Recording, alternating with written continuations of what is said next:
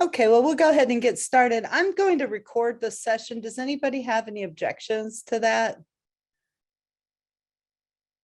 Okay. No. Let's see if I can figure it out, because like I said, this is the first time we've done this. Hold on a second. Let me get my Zoom up. Let's see here. Screen sharing.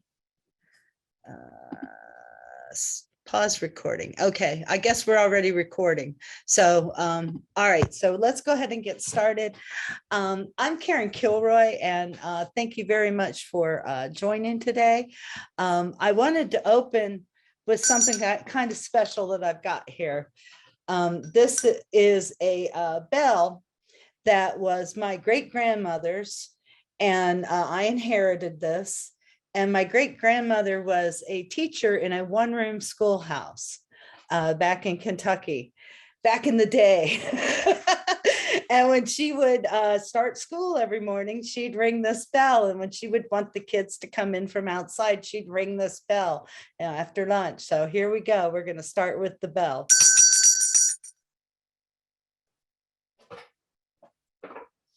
And with that, I'll introduce myself. Like I said, I'm Karen Kilroy. My company is Kilroy Blockchain.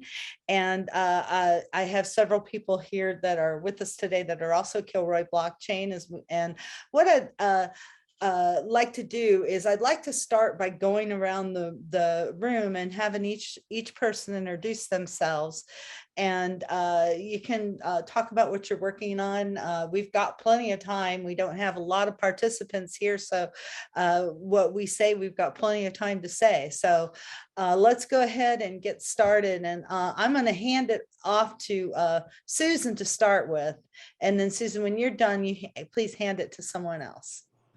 Hi, everybody. I'm Susan Porter. I'm located in Cleveland, Ohio, and I am currently with Kilroy Blockchain as an account executive, plus doing other input as necessary. And any questions that I have that, or that you have that I could answer, feel free to ask me. Okay, Lynn, I think, is next on my screen. All right. I am Lynn Riley. I am CIO of Kilroy Blockchain. I'm located in the Austin, Texas area, and I'm happy to be present here at the first meeting of this blockchain and education meetup. Cheetah. Okay, I'll take over. So I'm Cheetah Panamera. I'm also a account executive and a outbreak strategist at Kilroy Blockchain. Right now, we're currently working on helping education along with other sectors recover and effectively manage pandemic response.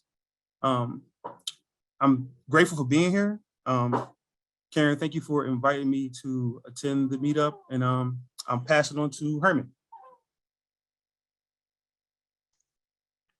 Hi, everyone. My name is Herman. I'm a blockchain developer and currently working on an NFT project. I'm glad to be here to learn about how blockchain can also transform education as well. I worked for a e-learning company years before about character learning. So kind of interested in this subject matter. And glad to be here. Thank you, everybody.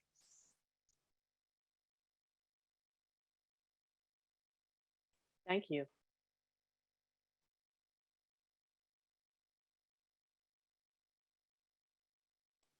I see there's somebody here that's in under a phone number ending in 7108. And there's no name attached to it. So who is Yes, that? there's a caller. I'm sorry, I was on mute. There's a caller. Caller, would you like to introduce yourself? Yes. Yeah. Hi. Hi. This is phone number ending with 7108. My name is Nishant. So yeah, I'm a blockchain architect working on Hyperledger technologies, and I'm based out of Austin, Texas. So I'm just curious, like I just want to know more about this Meetup. So this is the first time I am joining here. Thank you. Okay, this is great. This is a really good mix of people. I think we'll have a really interesting discussion. And also too, as I go along and do the presentation, if there's something that anyone wants to point out, please go ahead and feel free to jump in. So I'm going to turn the page here. The agenda today, introductions, which we've already done. And we're going to talk about the need for systems in schools. And we have a lot of heavy blockchain presence here today. A lot of people that understand blockchain and know about blockchain. So maybe a good use of our time would be to focus on why schools need it, and educational systems, and what are the different kinds of schools. And as you dig in, you find there's a lot of different kinds of schools. Why blockchain is a really good solution. And then we're going to talk about specific use cases. There's so many different aspects to education. We're going to focus on just discussion of K-12 and higher education, but we could potentially focus on more than that. And you'll see what I mean as we go along. And then we'll talk about Q&A and next meetup, and we can wrap up right around 2. We'll also have time at the end for just open discussion and pretty much whatever you think we should talk about. Okay, let me get to the next page. Okay, schools need systems, and there's a lot of people. Oh, I need to let people in.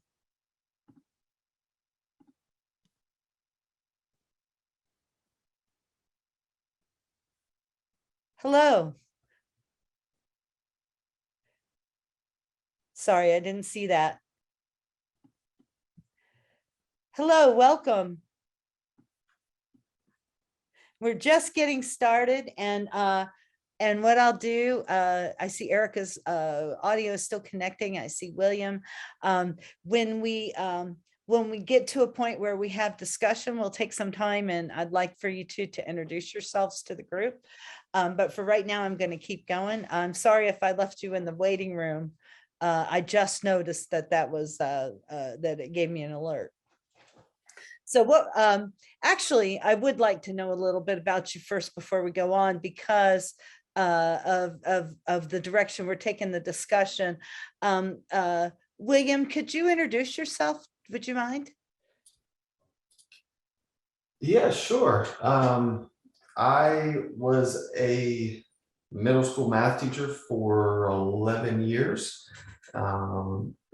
6 of which were in Austin, Texas. And my wife is currently a high school photography teacher. What I do now is I help educators basically prepare for their financial future. So I saw too many of my colleagues who, weren't able to retire when they wanted to.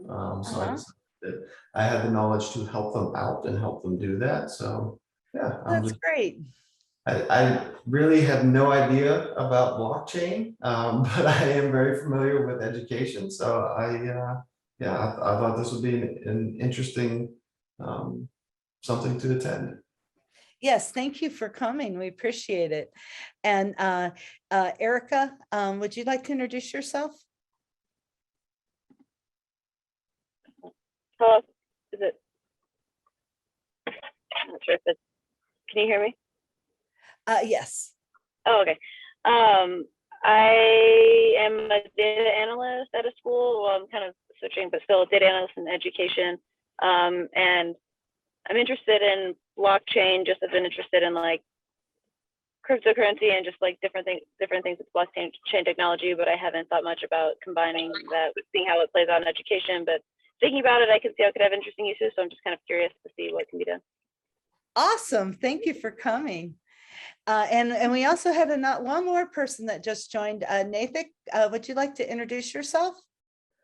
Sorry, it's the same person. Earlier, I joined through my mobile phone. Now I am joining from my iPad. Oh, okay. Okay. All right, great. Okay, thank you.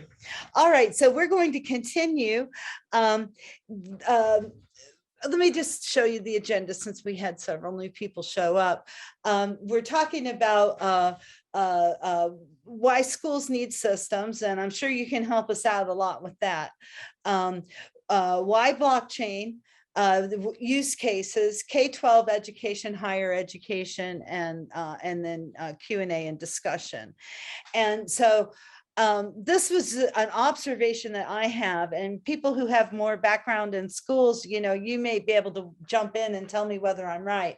But one thing that I'm finding is that a lot of school systems are outdated because there's really not often there's budgets for a lot of schools.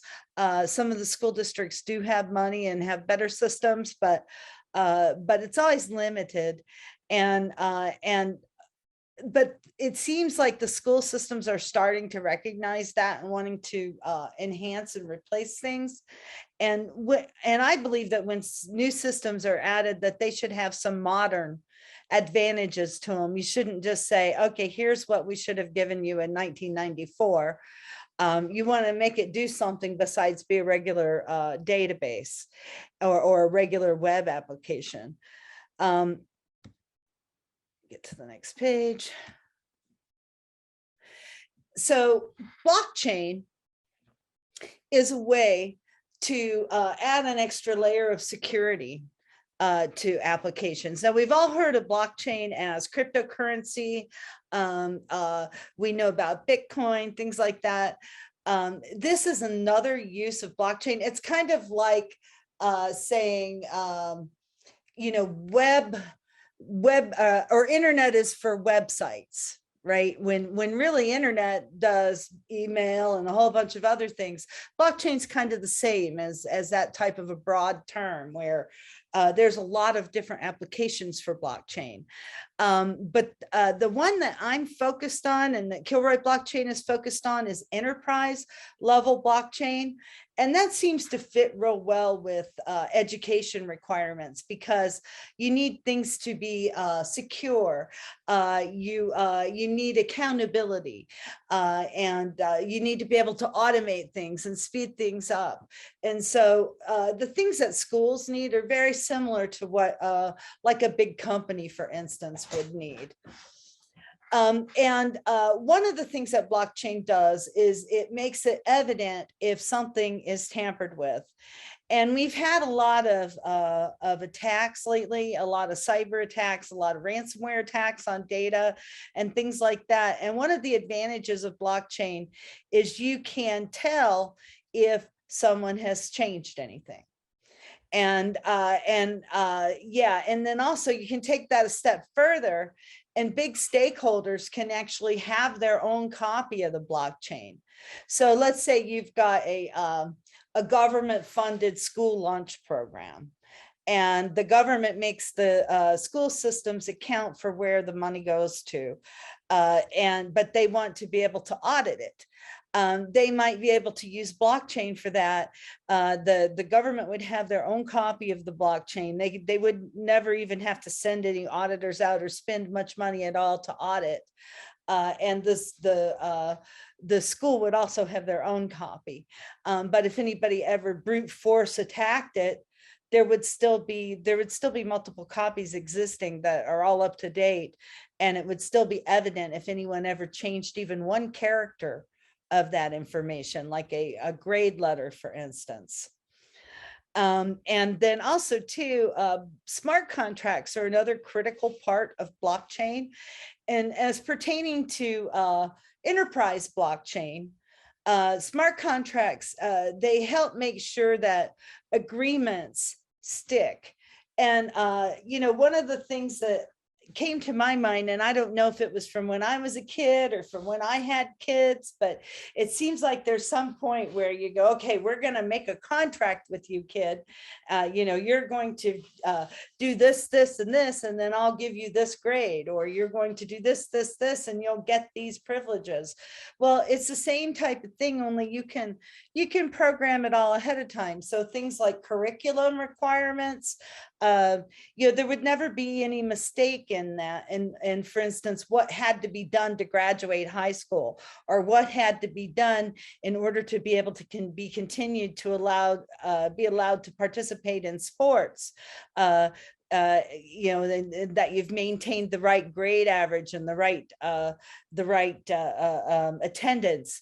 And those are things too, you know, that can stick with you for life, that type of thing. If you go from a high school sports situation to getting into a college for sports, those, you know, we all have heard the stories about those things being faked, and people getting into colleges that shouldn't be there on sports merit. And those things, there's no reason that they need to even be able to be faked, because you could put a system like blockchain in alongside the existing systems.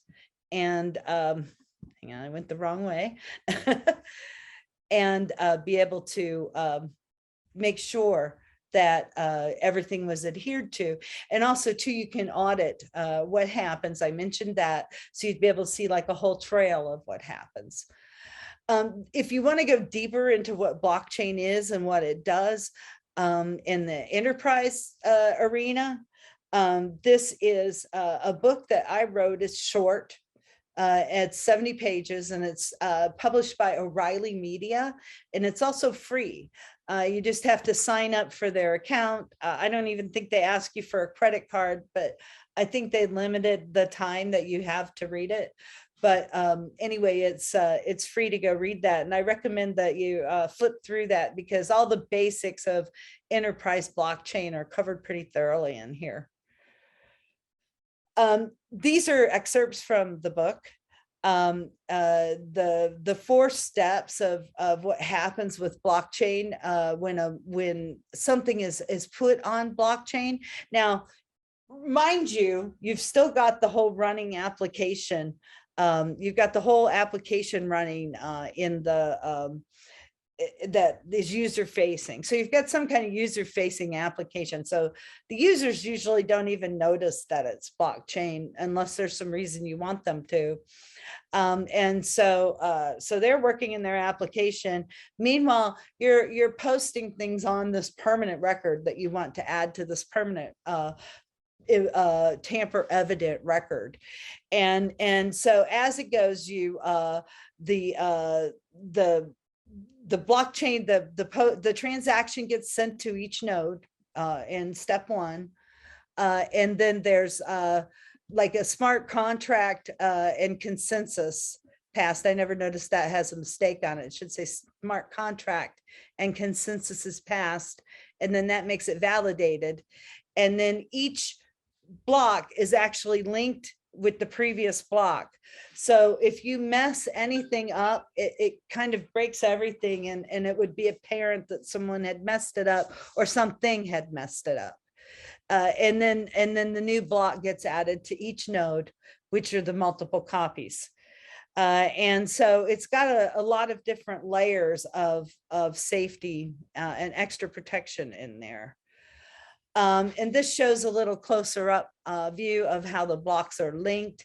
The blocks have a header, and there's some special information in that header. It has a timestamp of when the block is added. It also has a hash of the last block, as well as a hash of itself. Now, those hashes come from cryptographic keys, from running a piece of data using an algorithm and a cryptographic key. You can produce what they call the hash, and the hash is unique to that content.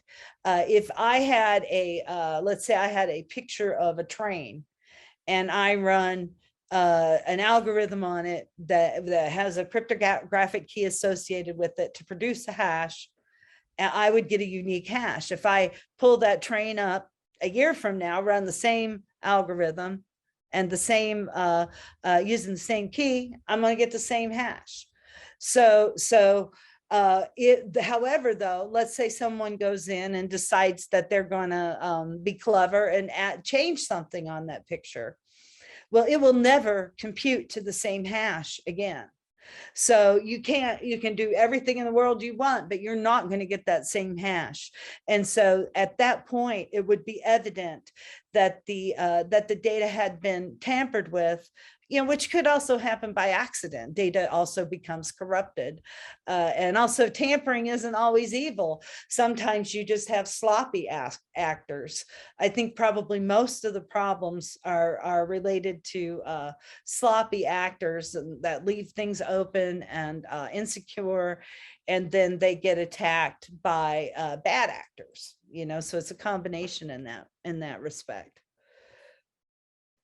Smart contracts, like I mentioned, they'd say, well, Karen, we're going to have a contract to get you through 9th grade algebra. Okay, you're gonna, you were out 4 weeks sick with pneumonia, and we're gonna try to get you caught up. And here's what we're gonna do. We don't want to fail you. You don't want to have to take this again, because we know, because we've got this nice system, we can tell exactly what you need to do to get through high school. And so we're going to help you catch this up, because we don't want to upset your trajectory and your early acceptance into college. So we're going to get you through this, and we're going to create a smart contract. And as you complete each level of the smart contract, we're going to push you through to where you need to be. Smart contracts are also used for supply chain very frequently. And I kind of looked at this kind of like educational supply chain. What all do you have to have in order to deliver education to the student? And maybe, there's a smart contract with the parents. Maybe there's certain obligations that they have to make to be involved. Maybe there's a smart contract that involves remote learning and the parents. It would have to take place in order for a student to be permitted to have remote learning instead of coming into class, and to make sure that it's effective. So you could have a smart contract with suppliers, smart contracts with unions. There's many things, and it's really just like a living contract in the world of enterprise blockchain. And the way that blockchain is, you kind of can't just throw it over the fence when you're done with it to IT. A lot of the projects that I've worked on in my very long IT career, you find that the business units will bring them in, and then they will be done with them. The fun is over. And so then they throw it over the wall to IT, and now IT has to do that. And it doesn't really work with blockchain, primarily because of these smart contracts. You have to understand the legalese and what all the obligations are in order to do that effectively and to maintain them. They don't die. They're living, breathing contracts that need to have updates when other real world contracts are changed. They have to reflect it.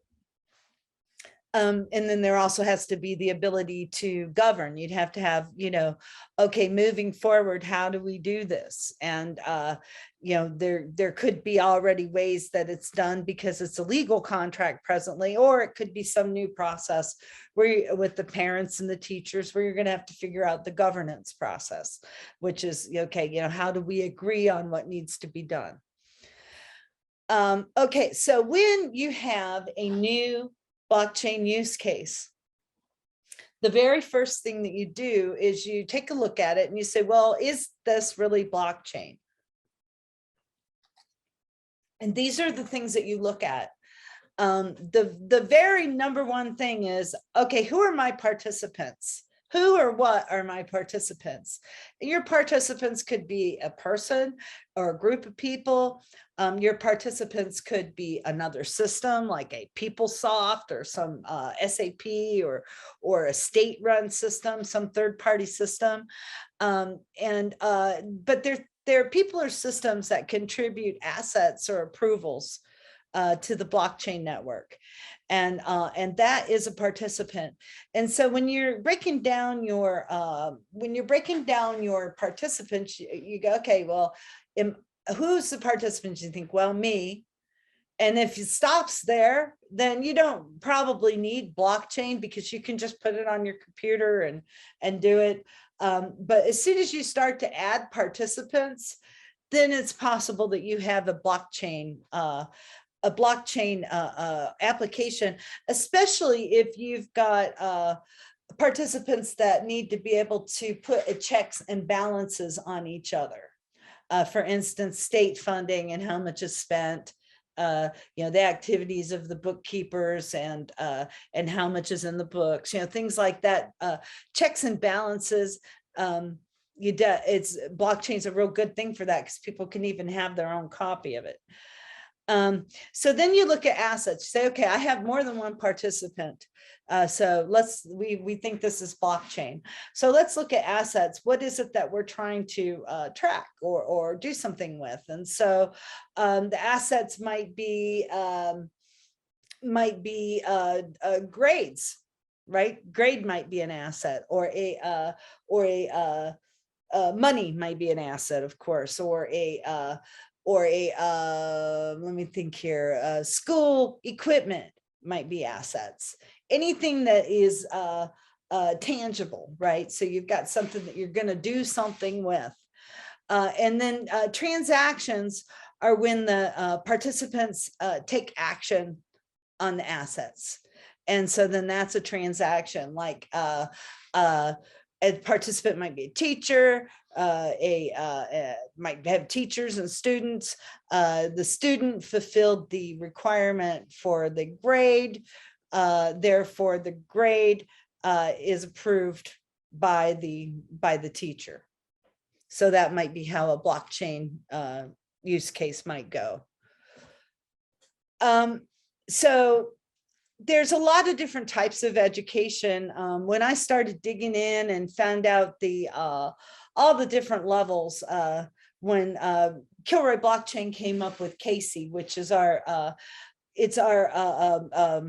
contagious outbreak system that is designed for schools and other organizations with campuses to be able to mitigate the spread of COVID. It's a campus safety system. And in a future meetup, I'll demonstrate Casey and tell more about it. Or if you would like a demonstration of Casey or to know more, just let me know.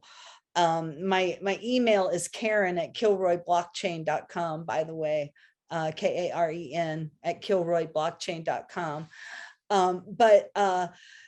But so there's when we were looking at where to position Casey, we ended up deciding K-12 and higher education, but there are really a lot of different types of schools. There's trade schools, there's preschools, there's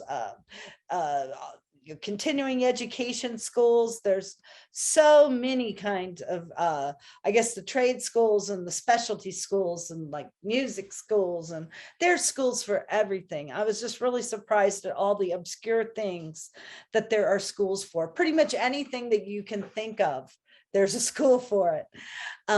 So what I kind of focused on for the purposes of trying to think this through was K-12 and continuing education, since one kind of leads to the other. And so in a way they're partners, and I keep going back to transcripts because I think it's such a good use case where you would have grades and transcripts handed directly over to the higher education the whole way through. So there's never any doubt of what they were. Never any doubt of athletic participation or not, or anything like that. There's no way anybody could fake it. And I think that there's no reason why we can't make systems like that. It's just a matter of when the funding comes to redo some of these things. Another thing is like provenance of art. That's kind of an interesting use case for a school. Let's say you have artists, or in the case of Texas, we now have athletes are allowed to make money. And so there could be blockchain that tracks that, how much money has this athlete made, what belongs to them, that's been licensed other places, and how is it traced, to make sure that nobody's taking advantage, or maybe the athlete is really popular now and then becomes popular again in 20 years, and you want to make sure that that person still gets paid. That would be a use case for blockchain. The very root of blockchain goes back to identity. It's just like one of the basic rules of computing is garbage in, garbage out. Like that's like 101. And you give a computer bad stuff, it's going to give you bad stuff back. And so, it goes all the way down to the identity of the students and the staff and the computer systems and artificial intelligence once that comes into play. Who is this? How do we know that's who this is? How can they prove who they are? Not just an ID number that could be easily spoofed or a card that could be copied, but how do we really know who they are? And see, all that can be recorded on blockchain as a crypto anchor. You can have some thing that only that person knows, or you can even go down as far as biometrics and recording biometrics onto blockchain as a crypto anchor. But then that gives you a traceable, certain identity. Any developer involved in any system should have an identity. Right now, we don't. They could be anybody, and there's no way to trace that back for certain. And so identity is one of the core things that needs to happen. Recording transcripts and grades, I mentioned, providing equitable services. So you can look back and see where the money was spent. So, there's no question. And that helps, it helps with a lot of things. It helps make sure things are equitable. And it also helps people not worry if there's no reason to worry. Then also too, managing policies is kind of the same thing. With Casey, Casey is designed for campus safety policies, and you can put all your logic in there to manage the policies, all the help screens that you need that are for your people, and then be able to have a tamper evident record go on blockchain where you can trace it back and make sure that you followed your policies, which is going to be really nice in the case of questions of risk and audits. You can manage government funded programs. I mentioned school lunch programs. You can track where every penny went and be able to show them in a way where at first they would just log into your system and say, okay, government funded program, here's your ID and password. You can log in and see the reports. And what I've found is that they want to see the reports, that there's not really big objection to that. They're like, wow, that's neat. And so, hopefully that's a reaction with a lot of them. But, these are helping places that had to file reports. They're like, well, we can see it anytime now. So it's helpful with that. But then also those same programs can end up, as they start to understand the systems, they can have their own copy of the blockchain, so they can audit it without having to send anybody there. They can be proactive by helping with smart contracts that help with compliance. I know someone that worked for the Department of Labor, and he told me that their regulation book is this thick, and it's almost impossible for any kind of a small business or organization to know what applies to them. And so the method that they take with that is that they assume the person didn't know the first couple of times. And then after that, if the person keeps doing it, then they start to come down on them. But see, all that could be handled proactively by saying, instead of saying, here's your 3-inch book of rules, saying, here are your smart contracts. And so long as the system prompts you and lets you know what to do when, then you're following the contract and everything's going to be fine. So it's like a proactive management. Student and staff outreach. And also too, I want to mention like group, I think I have that on the next page here. Whole family programs. One of the things that we're hearing that is becoming more talked about in the world of education is that you need more than just having the student be successful. You need to have the whole family be successful, which sometimes involves bringing in other community-based organizations to make sure that the family gets the referrals and the programs that they need. And so something like Casey would be brilliant at tracking that.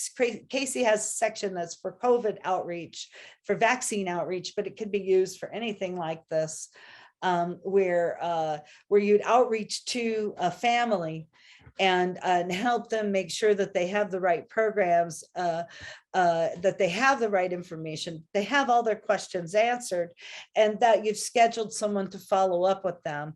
And the big bonus is it gets recorded on blockchain. So then you've got a record that you did what you had intended to do.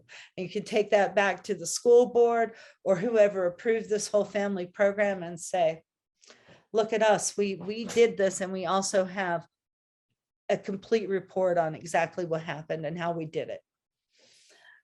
So, blockchain can help with that, and modern applications. Let's see, education of students with special needs and what happens after they graduate high school, the transitional periods. That would be a really nice application for blockchain. So the ball doesn't get dropped when someone goes from being in the extra programs that you get like right after high school into being an adult and supposedly being on your own. There needs to be transitions between, better transitions between community-based organizations to hand that off to. And I think blockchain would be excellent for that because government funding would be involved and there could be audits, and the winner would be the students with special needs. School transfers are another one. So these are some of the things. Oh, there's some more. I think I mentioned most of these. Scholarships I didn't mention. Contracts with sports players and coaches. So long as you do these things, then you can play, that type of thing. So anyway, those are my thoughts and ideas. And I'm just going to wrap up, but I'm going to say with the next meetup I have scheduled for Tuesday, November 9th at 1 p.m. Central. And so please make a note of it. And also too, I'll record it if you can't make it for some reason. I may show Casey in the next one. It depends on what kind of topics are suggested. I would love to have other topics, and I would also love to have other speakers besides myself. So if anyone else wants to speak, or if anybody wants to give a topic for us to do as a group, that would be great. And with that, I'd like to open it up to the floor.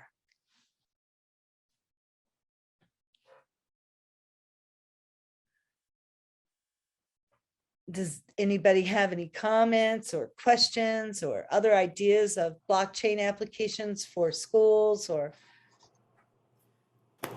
Karen, I think it's important for people to understand that all the different things that you talked about blockchain being useful for, but how you can integrate the different pieces and parts together so that they talk to each other, and so information doesn't have to be typed and retyped and typed again. Yeah, that's a real good point. That's one thing that we really found when we're talking to folks about Casey, is that there's really a lot of typing and retyping of everything. And it's people will type things, print them, fax them, and then the person on the other end retypes it into another system. And that's just kind of how it's getting done. And meanwhile, they're spending hundreds of millions of dollars at the state levels to get these systems that don't talk to each other. And so one thing that we can really do with blockchain and with Casey and with this type of application in general is be able to stitch together all of those disjointed systems so they can talk to each other and they transfer data automatically, and they can save, what it ends up doing is saving lots of money and lots of time.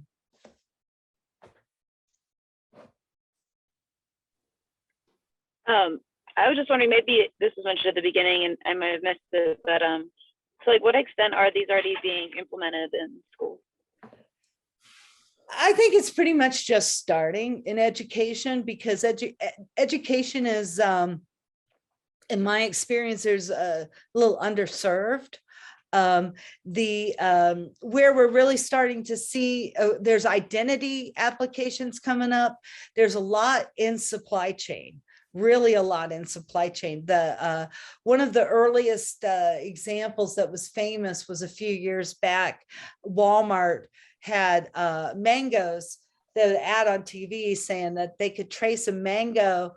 It used to take them 6 weeks when there was a foodborne illness outbreak to trace a mango back to its origin, and then they would have to throw everything out because of it. And they got that down to like a few minutes by using blockchain, where the whole supply chain along the way output its progress to blockchain, so it could be traced really fast. And so that's really one of the biggest places that it's been used.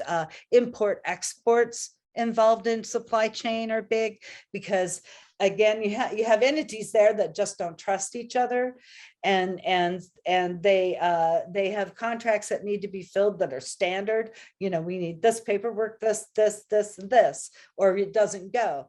And so they can build smart contracts for that automatically fulfill. And so shipments aren't released, money isn't paid until the smart contracts are fulfilled. So supply chain is a really, I would say it's by far, other than cryptocurrency, it's by far the most prevalent use of blockchain.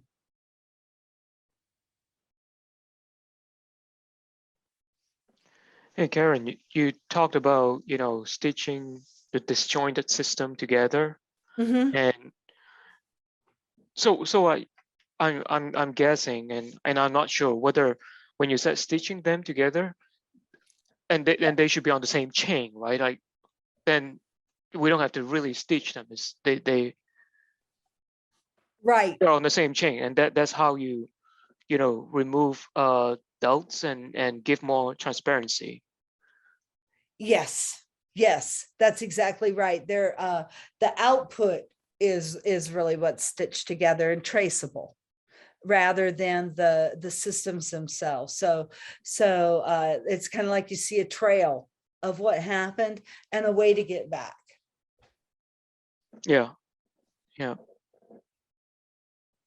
Yeah. and I think even for supply chain, like you talked about, when we have different entities and they want to see each other's records, so to speak, they're on the same chain, and Mhm. and then they would get the permissions, so to speak, granted. So then that chain is not fully public, but they're on the same one. So Yes. I guess you're thinking about a similar situation between schools and vendors, or maybe Yes. even government departments. Yes. And then that way, like the whole thing would be easily auditable, especially because there are so many disjointed systems. It's similar to supply chain in that regard. There's a lot of systems that don't already talk to each other. And I think that's it's a really applicable use case because of that. And that everything kind of already needs redone anyway. A lot of it's all old, And so you don't want to have to automate the manual steps. It'd be much better to kind of leap it to the next level, I think. You mentioned a lot of different use cases. Are there a couple which are more on the front burner that you think it could potentially tilt the picture sooner rather than later? Well,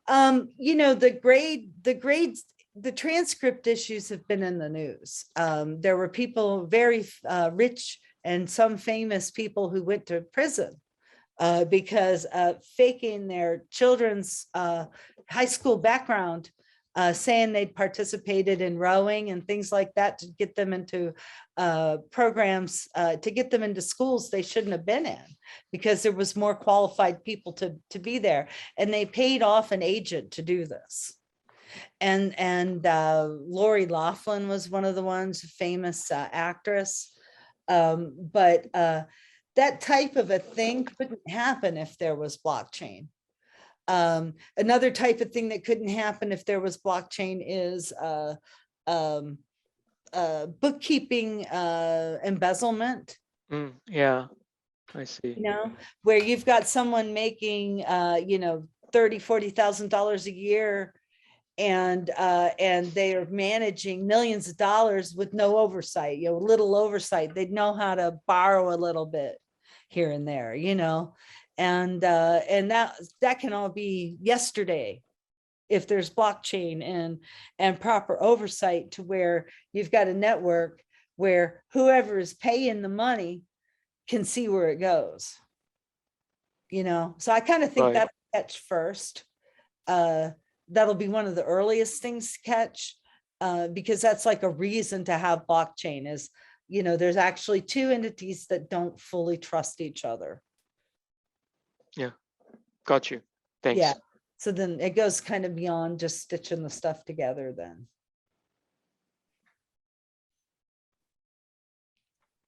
Anything else? Anything else anybody wants to bring up for the last few minutes? Any ideas for next meetings or?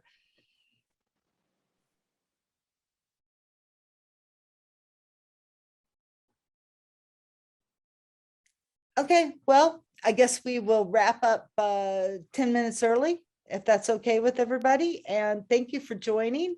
I'm going to have the recording available, and also to, like I said, if you can't make the next one, we'll record it. And thanks for helping us get this started.